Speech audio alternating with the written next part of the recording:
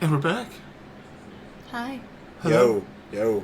Olaf here, along with Wolfpack and Petra. Hi. What's going on? I'm going to press start on my timer so they don't criticize me for it. Yep. And we just beat the shit out of boosted trapper. Boosted trapper. The crystal monster spits its own blood on the ground, and then the impossible happens. It has blood for being a rock crystal monster. His feet begin to sink into the floor as if it was water. However, it is still as solid as before.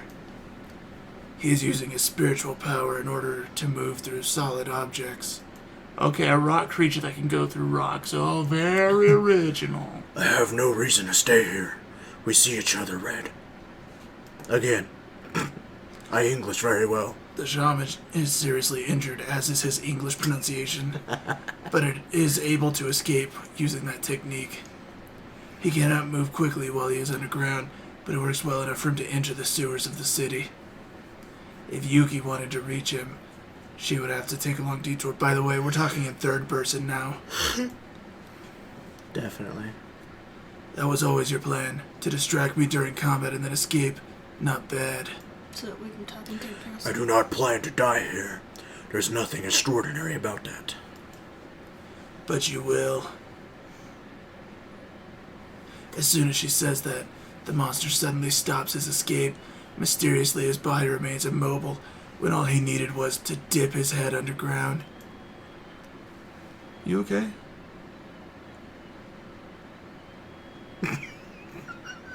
That's a noise. What the fuck? If you ever wonder what it's like recording with roommates, that's it. What is that noise? Is that like a siren? He's on his phone watching something. He screams, deeply surprised. That's great. His face may no longer be human, but Yuki can still imagine his expression of disbelief. I just imagine this rock creature What the sinking hell? into the ground going, Hey. What the hell? Hair? He stepped in his own Nani? trap. Hey guys, the Trapper here. Thin strands of hair are tied around the monster. His stone skin was insensitive to such fine threads. That's why he didn't notice until it was too late. Damn, bro. Oh. Yeet. Red makes use of the moment to attack him by nailing 3 long needles in his eyes. Ooh. What the fuck? What is that? That's for the Mexican viewers. There's a Spanish version of this game. This is the English version. That's for the Mexican viewers. Okay. And or Spanish. It was probably originally in Spanish. I don't think that's true. But it probably was. I don't know. Anyway, the monster roars. The pain prevents him from concentrating on the technique. He involuntarily emerges, being ejected from the solid ground. If only they actually drew some of this so we could see it happening. However, soon he is silenced. The monster immediately falls to the ground. His senses work perfectly. He could feel pain at the moment, but his attempts to scream would just not come out. Oops. He is unable to accept it as real, but that pain, there is no way it could be a lie. The evidence is clear. Red had just killed him. He moves his head looking for Red with his eyes, rather than looking for her with his ears, and quickly finds her next to his body. Why wouldn't you look with your ears? That's weird. Digging a knife into his chest, right through his heart. Ooh. Red looks at him coldly from behind the mask, which smiles, or rather, never stops smiling artificially. When he loses consciousness, falling into an endless dream, his body then writhes in terrible spasms. Spasms. Spasms is what I just said. Spattles. Spattles. In terrible spasms, shedding the protective glass that covered it until all trace of it disappears. Seconds later, he remains completely motionless, with his face against the ground. He's back. He's back. This place is immediately covered in a veil of silence. The night that once roared to and thundered. with the sound of battle had now hushed, lifeless. That's a lot of commas and ands. The only sound now was the cold wind of winter and the quiet footsteps of the killer. Red approaches the body of her victim and then move her hands toward him with her palm. She's gonna do the fucking blood thing. We're not gonna read that. I'm tired of reading about how she fucking uses blood to make sure people are dead. But it's so cool, they gotta add it in 100 times. Yeah, it's a thing. Then she moves her head, looking for something. A crow perched on a lamppost looks at her for a couple of seconds, and then flies away. What is this, Demon Slayer? Bye. Yami runs through the desolate streets, looking for the Kiragawa's family safe house, his allies and fellow enemies of the Aketsu family. His heart beats frantically, his lungs burn and his legs weigh him down. A few moments later he is short of breath, as his physical condition is not remotely close to being the best, though running for his life is proven to be better motivation than any other. That's a long sentence. Well, Life, I feel so Okay. bad for you. So, a few minutes later, he is short of breath, comma, as his physical condition is not remotely close to being the best, comma, though running for his life is proven... Okay. That's called a run-on. The only thing in his mind at the moment is that he must be getting and should not... Wait, what? He must be getting and should not take him long. Yep. Yays. There are no commas in the sentence. To reach a place where the place... To reach a place where the place Okay. is the place. The only at the thing on his place. mind Okay, at the that's moment is that he must be getting and should not take him long to reach a place where not even the Aketsu would be able to interfere. Without any commas. Okay, the only thing on his mind at the moment is that he must be getting close to the place where not even the Aketsu would be able to interfere. Nailed it. He repeats that to himself 1,000 times. It's not I much feel farther. bad for him. Just a little more.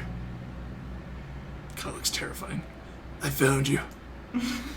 I'm Batman. Suddenly, Yami stops. He remains motionless, too terrified to turn around. His blood freezes to the sound of her voice because I realize that this isn't her talking. I'm going to use my normal voice. He recognizes her instantly. He is unable to think of an answer. What words could he say in that situation? In the end, that did not matter, since the next moment he fell to the ground, killed from the back in a single stroke. Oh? The old man groans in pain as he collapses, having lost the strength to remain on his feet. Yami looks for Red with his eyes rather than his ears. No, Billy. Oh, how did you already find me? The man asks, puzzled. The only thing that keeps him alive is that doubt. Red responds by simply pointing upwards. Because she's cool like that. They guided me here. Yami's eyes look up and discover a murder of crows perched on a nearby lamppost. Ironic. He barely manages to see them for a second before the image becomes blurred. Then he yes. Yes. What followed next? Anyone could imagine, because we've explained it 1,000 fucking times. Truth. Word. And the machine is now self-aware. Boats and hose. Boats and hose. This is the guy, right? Yes. Yeah. The sound of the alarm interrupts my sleep.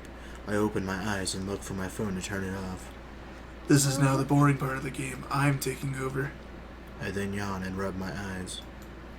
One more day has begun. I prepare to go to school. That looks like a character from a game I played.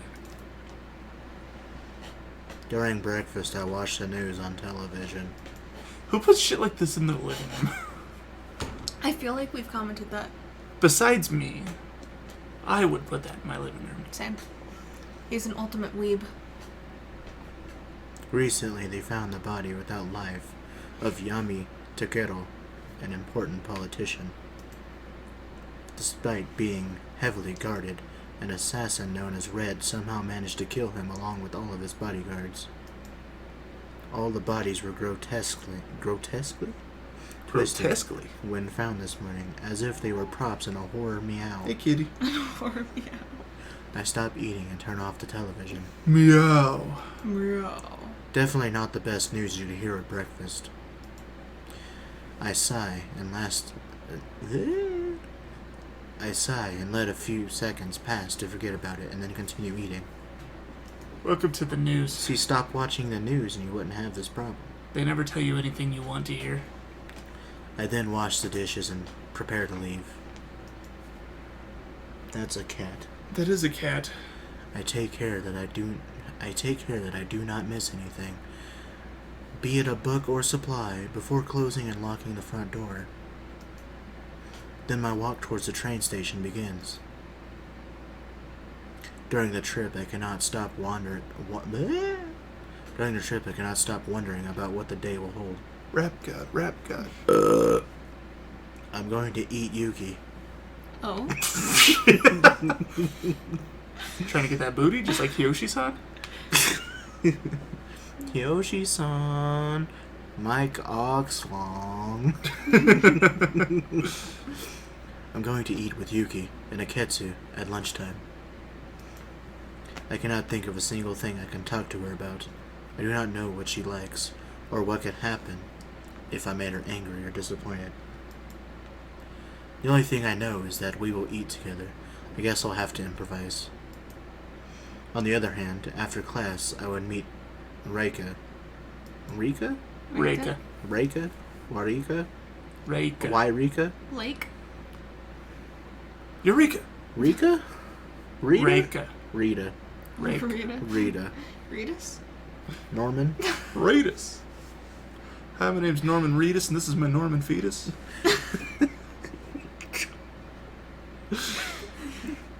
Unlike in the case of Yuki, I have too many things to ask her, starting with how much she remembers of me.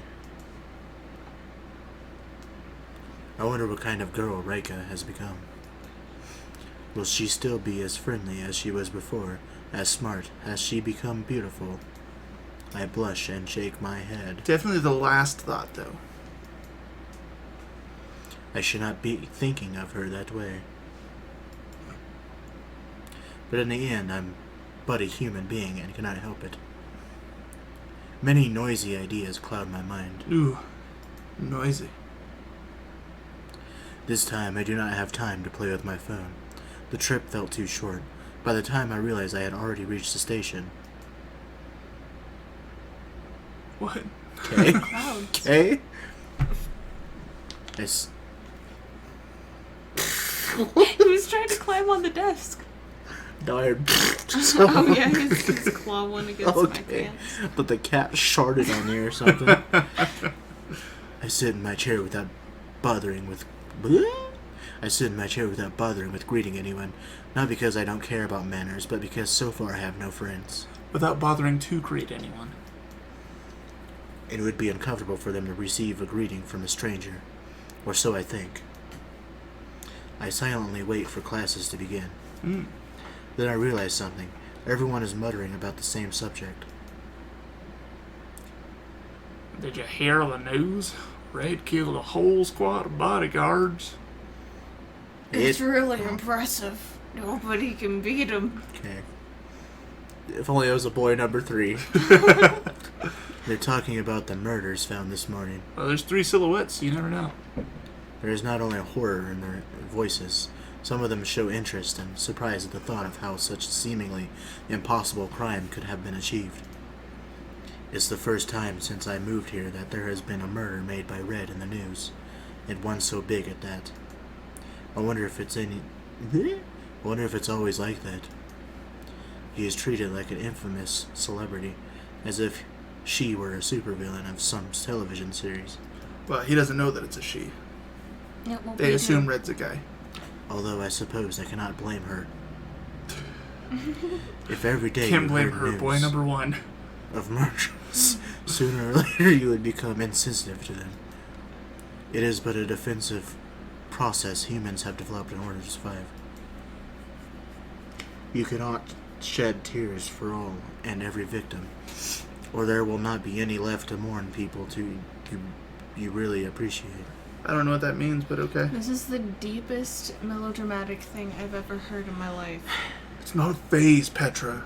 It's a way of life. And Yeah, anyway, well, it's freaking edgy, so.